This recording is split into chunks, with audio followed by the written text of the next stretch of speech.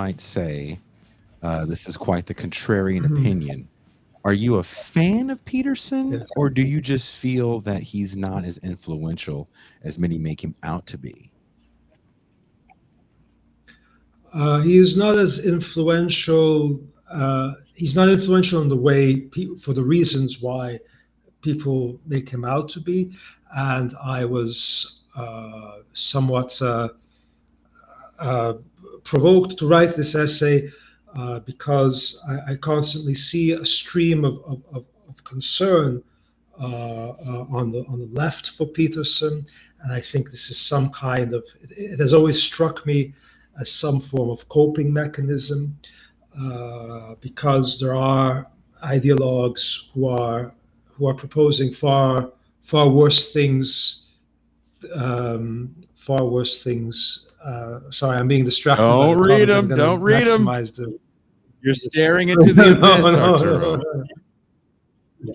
Dr. Smurfle Tomato, and someone, I don't know if they're calling No, no, me no, no, that. no. So, They said that he's a was a philosophy professor, asking me about Luigi not or it was a Mangione. psychology professor, not a Yeah. philosophy professor. And I said tomato, tomato. Uh, They're both degrees that would okay. make you a barista. Yeah. Uh, yeah. So,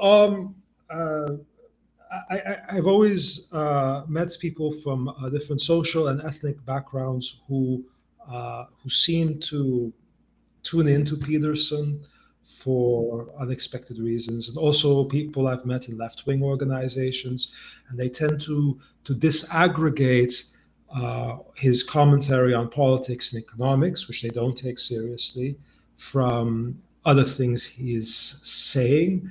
And I think that he appeals often to the run-of-the-mill self-help reader, which is not representative of your Mhm. friend Ben Burgis or other people who wrote Myth and Mayhem, this anthology of people trying to treat the Peterson problem as they see it more seriously. He appeals to people who read self help. He appeals, also, there are, this is anecdotal evidence, but I've met women who are not white who listen to his Mhm. podcasts. I've met guys who in left wing movements who are not white and who read Peterson. So this goes against the stereotype that the stereotype that began with Nathan Robinson. It didn't begin with him, of course. It pre-existed Nathan Robinson's attack in current affairs. And the only thing I really liked about that essay was the title, and I agree that with the intellectual we deserve.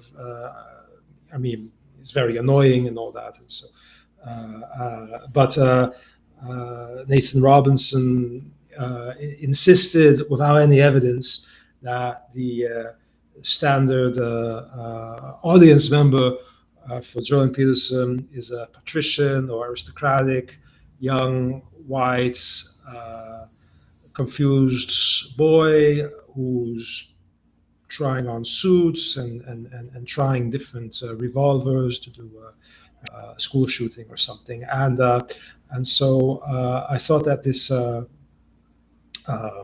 cliche it is a waste of time because Peterson is he is not really popular because of his critique on Marxism of Marxism. He is popular because of the showdown with Kathy Newman, for example, in which he was one of the few people during the Me Too era to confront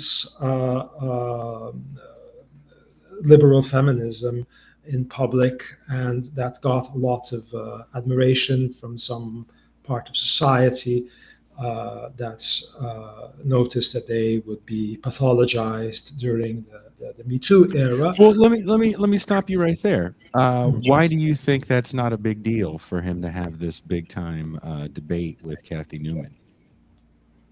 Well, I see why it popularized him. Mhm. I don't think that it's good for people who consider themselves left to identify with Kathy Newman. Like there was a very emotional and somewhat moralistic article on Jacobin, where someone was going out of the way to identify himself and the left with Cathy Newman. Okay. And I Do think you Cathy identify with Cathy Newman? No, I think that Cathy Newman is an example, a kind of figurehead of neoliberalism. Mhm. Not that Peterson is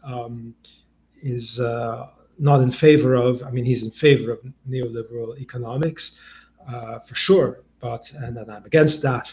But Cathy Newman's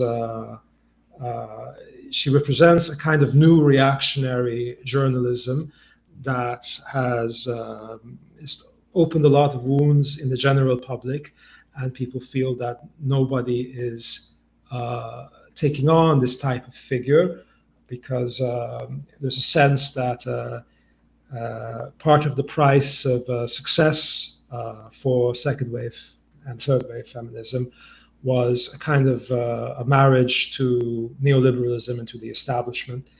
And so they have, feminism has forsaken, in a way, certain values. For example, I don't know if you remember the American Psychological Association. They came out in, I don't know if it was 2019 or I definitely don't 2018. remember. They defined toxic masculinity Mm-hmm. as an illness category, a psychiatric illness, in the DSM-5 illness manual. Mm-hmm. And so psychologists in the 1960s, who were part of this romantic counterculture of the 1960s, and who had something maybe also to do with many thinkers who were in the women's movement, hated this illness manual, the DSM-5. They saw it as a very conservative thing, to a conservative textbook to justify putting people on very retrograde medications, or to put them in a kind of a paddy wagon or loony bin, or to get someone a lobotomy, because you're often a woman, right? So this kind of this way of attaining um, absolute moral superiority by encoding masculinity or toxic masculinity as a kind of psychiatric illness in the American Psychological Association's jargon, Mm-hmm. it was a way of celebrating the mainstream success of a certain phase of radical feminism that became an anachronistic fashion.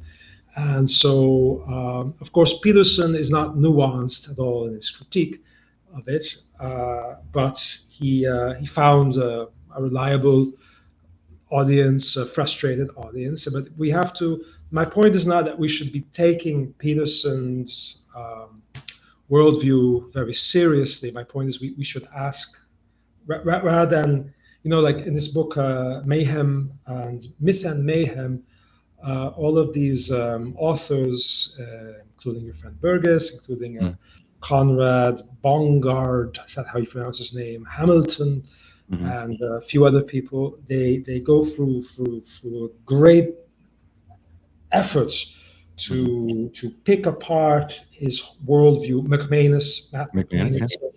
Yeah, so they go through an enormous effort to pick apart his worldview for inconsistencies, academic inconsistencies, pointing out where he lacks nuance. I think that's all it's really besides the point. I think that's Peterson is he's addressing grievances and irritations and open wounds in the general public, that they don't frequently hear being discussed.